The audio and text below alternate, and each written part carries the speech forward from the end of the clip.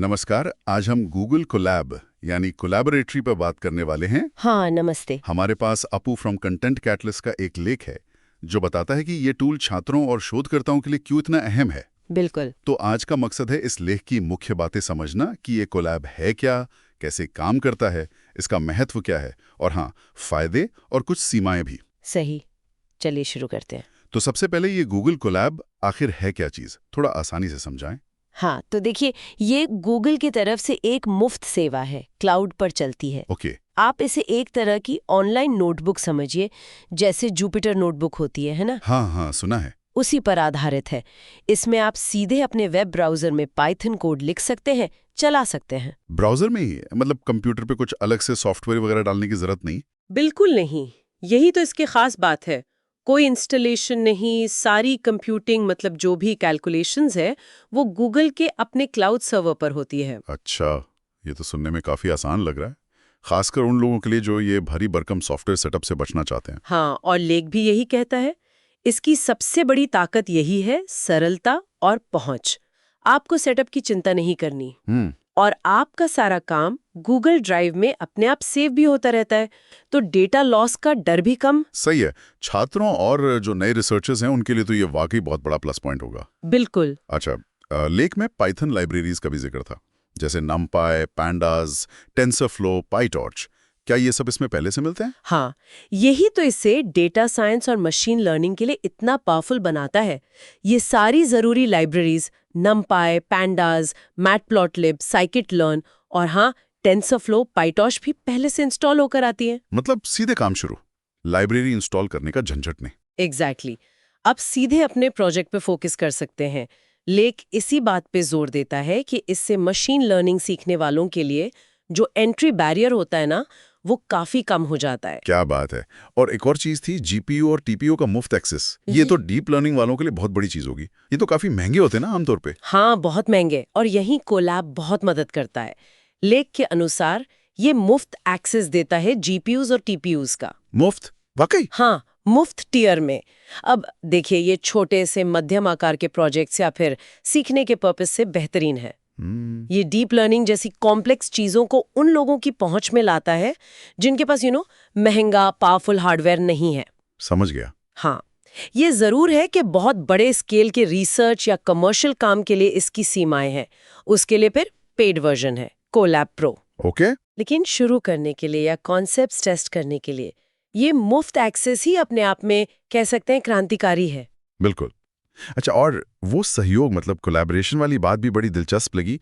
एक ही नोटबुक पर कई लोग एक साथ काम कर सकते हैं। हाँ, ये भी एक बहुत बड़ा फायदा है। ग्रुप प्रोजेक्ट्स के लिए तो ये शानदार होगा। निश्चित रूप से। अकादमिक दुनिया में, रिसर्च में सहयोग बहुत जरूरी होता है ना। हाँ बिल्कुल। और कोलैबोरेट इसे बहुत आसान बना देता है। सोचिए, लैब में टीम मेंबर्स या क्लास में स्टूडेंट्स या फिर अलग-अलग शहरों में बैठे रिसर्चर्स भी एक ही कोड पर रियल टाइम में काम कर सकते हैं। सही है। लेख इसे अकादमिक और शोध कार्यों में एक बहुत महत्वपूर्ण एप्लीकेशन बताता है। इसके और क्या इस्तेमाल बताए गए हैं लेख में, मशीन लर्निंग और डेटा विश्लेषण के अलावा? हाँ, कई है।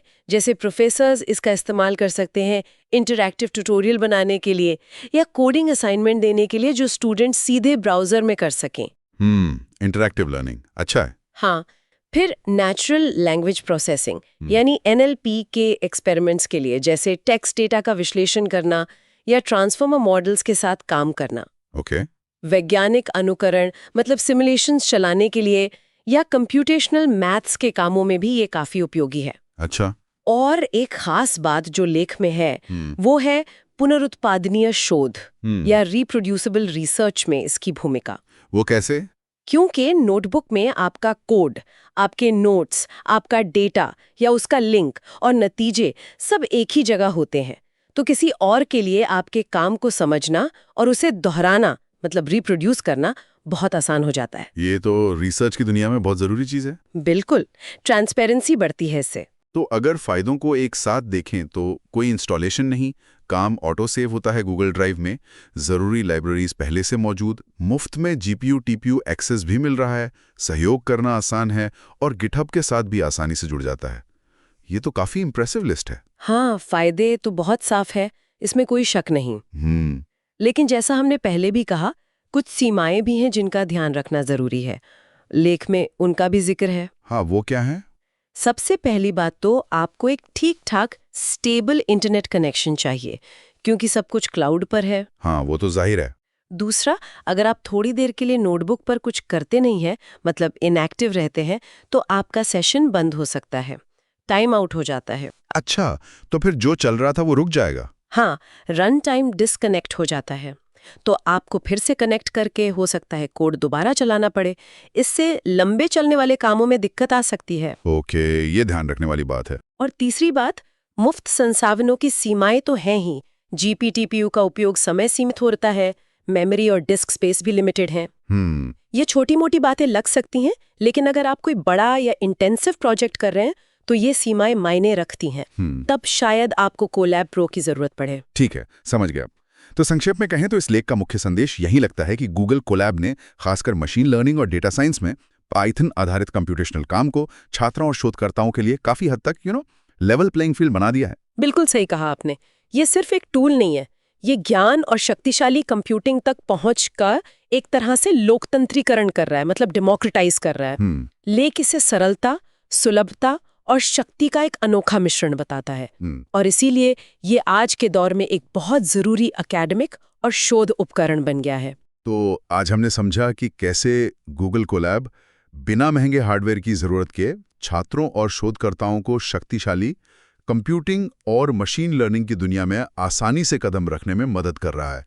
ये वाकई कमाल की बात है। हाँ, और यहाँ एक विचार करने वाला सवाल भी उठता है, जिसके बारे में लेख सोचने पर मजबूर करता है। क्या? जब कोलैब जैसे उपकरण कंप्यूटेशनल शक्ति को इतना ज्यादा सुलभ बना देते हैं, इतना आसान बना देते हैं एक्सेस करना, तो भविष्य में रिसर्च और इनोवेशन पर इसका क्या असर पड़ेगा? अच्छा सवाल है। खासकर उन फील्ड्स में या उन भौगोलिक क्षेत्रों में जहां पारंपरिक रूप से संसाधनों की बहुत कमी रही है। हाँ, बिल्कुल।